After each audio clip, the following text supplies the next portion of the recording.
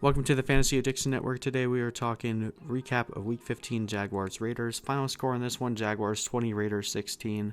Raiders put up an absolute dud against the Jaguars in their final game in Oakland, so they'll carry this mess over into Las Vegas next year. Just fans got rowdy at the end, rightfully so. The Raiders just horrible performance in this one. Started out pretty strong and just were terrible in the second half.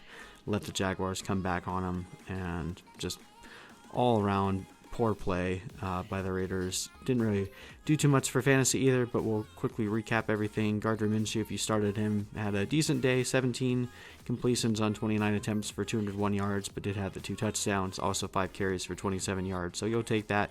Pretty average on the week. Leonard Fournette, kind of a disappointing day. 15 carries for 42 yards. Did have 5 catches on 7 targets for 31 yards. It's about 12 points in PPR.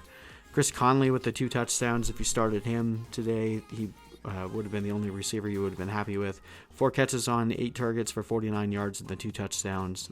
D.D. Westbrook, disappointing day.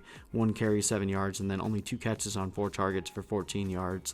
Keelan Cole, 3 of 6 for 76 yards. We're just hoping that DJ Chark comes back because this wide receiver core is a mess for you. A mess, basically, for anyone in fantasy. You can't really trust Conley or Westbrook or Cole going forward.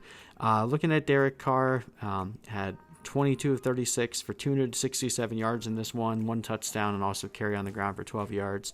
Quite a few drop passes that could have led to a much better game for Derek Carr, but overall just not very sharp. Josh Jacobs returned in this one, 24 carries, 89 yards, and only 2 catches for 20 yards. There was a bit of mix-in from Washington and Richard and Ingold, but nothing really to note for fantasy, so we'll move on. Tyrell Williams got the touchdown in the first quarter, did really good, and then did nothing for the rest of the game. 2 of 3 for 45 yards in that touchdown. Nothing from Keelan Doss or Zay Jones. Darren Waller was pretty much the only bright spot for the Raiders offense.